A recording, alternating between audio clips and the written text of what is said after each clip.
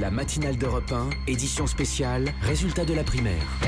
Europe 1, il est 8h-5. Thomas Soto. Il n'a pas raté une miette du second tour de la soirée et de la soirée électorale. C'est notre Dany Cohn-Bendit. Bonjour Dany. Bonjour Thomas. C'est donc François Fillon qui, sans surprise, a décroché le pompon. Enfin, sans surprise depuis dimanche dernier.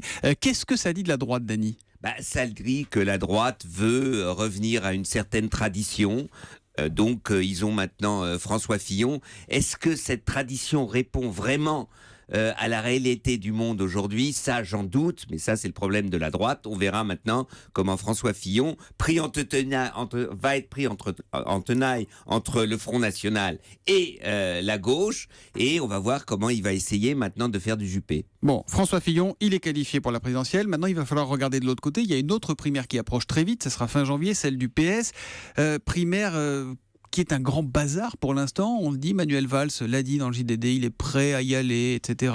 Il serait même prêt à y aller à la primaire face à François Hollande. Mais quel bazar, pour pas dire autre chose. Oui, c'est un bazar et on n'y comprend plus rien. Donc de deux choses l'une, où Manuel Valls considère que François Hollande n'est plus capable de défendre la gauche à cause de son quinquennat et de son comportement, qu'ils le disent, qu'ils démissionnent, ou qu'ils disent, même si François Hollande y va, moi j'irai à la primaire. Il faut maintenant clarifier ces petits jeux comme ça, et puis on va déjeuner ensemble, on va se mettre d'accord. Visiblement, ils n'arrivent pas à se mettre d'accord.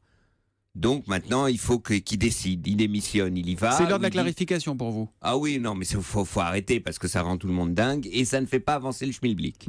Est-ce que c'est la spirale de la loose, la machine à perdre, ou la gauche a ses chances encore? Parce que François Hollande, il n'a pas renoncé. Manuel Valls, il a des fourmis dans les jambes. Sylvia Pinel, ça c'est la petite nouveauté du week-end pour le Parti radical, qui se présentera sans passer par la primaire. Tout ça, c'est des négociations pour les circonscriptions. C'est comme M. Lagarde tout à l'heure.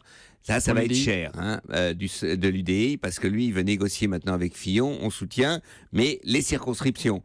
Alors, il ne veut pas mettre de l'eau dans son vin sur le programme pour l'instant, ça peut être, mais on va voir pour les circonscriptions, la même chose pour les radicaux. Sylvia Pinel, c'est pareil, c'est du bluff pour négocier un accord. C'est du bluff pour la circonscription. Bon, mais est-ce que la gauche a encore des chances? Il y a aussi Emmanuel Macron, il y a aussi Jean-Luc Mélenchon, votre copain à qui vous êtes accroché hier sur France 2. Alors moi, franchement, on peut mettre tout de côté, les bisbilles et tout ça. Quand une gauche au pouvoir, visiblement pour l'opinion publique, n'a pas réussi son coup, eh bien c'est démocratiquement logique que ce soit la droite qui revienne. Donc l'alternance est logique pour vous? L'alternance, c'est une logique démocratique. C'est pas que ça me plaise à moi, je sais pas ce qui me plairait, si je sais, mais il faudrait, le seul, je le dis, qui pourrait peut-être sauver la gauche, c'est Emmanuel Macron. Mais il est de gauche, lui? Oui, il est de gauche. Il n'est pas socialiste. On peut être de gauche sans être socialiste. Il est du centre-gauche. On disait la même chose de Rocard, Michel Rocard. Regardez ce que Chevènement disait de Michel Rocard. Michel Rocard, c'est la gauche américaine. Ça, c'était Chevènement, etc. Bon, mais je dis pas qu'il va y arriver. Je dis pas il est parti pour. Je dis, c'est le seul qui puisse ouvrir un espace.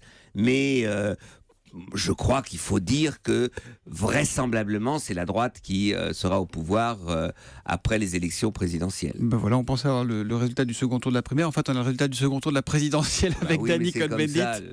L'humeur de Dany. C'est une fausse primaire à gauche. Voilà, Dany, ce qui est bien avec lui, c'est qu'il dit toujours ce qu'il pense. Et tous les matins, c'est à 8h-10 sur Europe 1. À demain, Dany. À demain, Thomas.